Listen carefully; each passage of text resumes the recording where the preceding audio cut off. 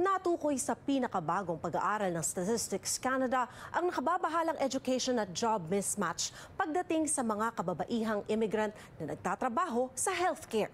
Sa parehong pag-aaral, nakitang kakaunti lamang ang mga Pilipinang internationally trained o educated nurse na nagtatrabaho sa propisyong ayon sa kanilang tinapos o educational attainment. May report si Paula Saraza. Binubuo ng mga immigrant women kabilang ang mga Pilipina ang 1/4 o nasa 27% ng mga working age Canadian na may nursing education, batay sa pinakahuling pag-aaral ng Statistics Canada. Bagamat marami sa kanila ang nagtatrabaho na sa healthcare industry, mababa pa rin daw ang bilang ng mga nasa propesyong naaayon sa kanilang pinag-aralan. This report provides a national picture and concrete data and statistics to provide an understanding or maybe to contextualize what we already are seeing. Hindi na ikinagulat ni Dr. Carla Hilario, Assistant Professor sa School of Nursing ng University of British Columbia o Okanagan, ang resulta ng pag-aaral.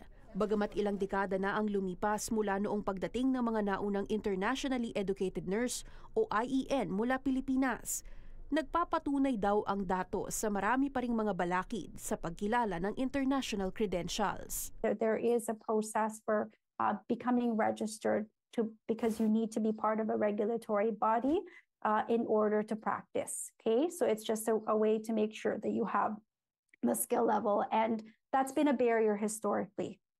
And so because of that barrier, Filipino nurses who are trained in the Philippines will choose to pursue a different occupation within healthcare still that, again, right, doesn't match their level of training. Sa datos ng StatsCan, wala pa sa 40% ng mga Pilipinang IEN ang nasa trabahong ayon sa kanilang tinapos o educational attainment, habang ang nasa 60%, bagamat nasa healthcare ang trabaho, underutilize ang skills o nursing education. De-skilling kung ilarawan ni Hilario.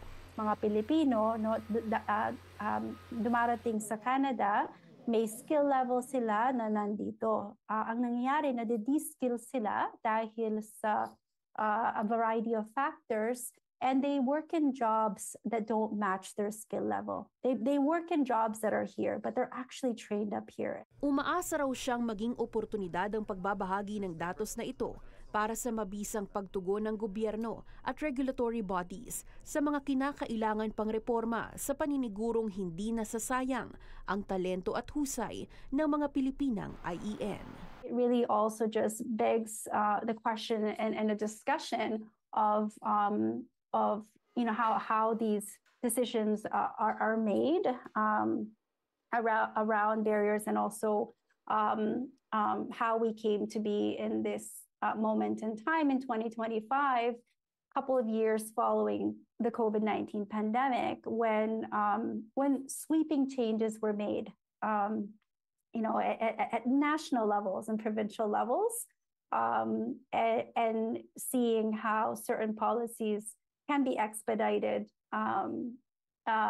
given particular pressure.